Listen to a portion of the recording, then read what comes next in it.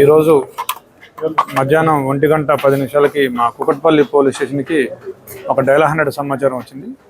దాని ప్రకారం ఒక 10 సంవత్సరాల పాప ఇంట్లో చనిపోయి కనిపించిందని ఆ సమాచారం యొక్క సారాంశం.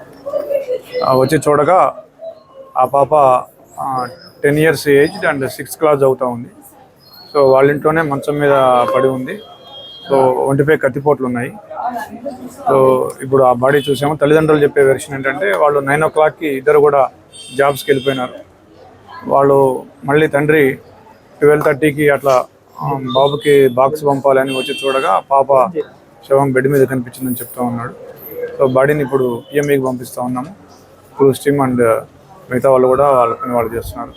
సో పోస్ట్ మార్టం రిపోర్ట్ వచ్చాక మిగతా విషయాలు తెలియజేస్తాం. Thank you. తల్లిదండ్రుల చెప్పేదాని ప్రకారం వాళ్ళు ఎవరి మీద అయితే ఇప్పుడు వరకు అనుమానం వ్యక్తం చేయలేదు. స్పెసిఫిక్గా ఎవరి మీద కూడా తల్లిదండ్రులు అయితే అనుమానం వ్యక్తం చేయడం ఇంకా తెలియదు. We are verify. పాప కేంద్రీయ విద్యాలయం చెప్పి 6th క్లాస్ హాలిడేస్ ఇచ్చారని చెప్పినారు. వాళ్ళు వచ్చి ఇక్కడికి 2 years అయిందని చెప్తున్నారు. Thank you.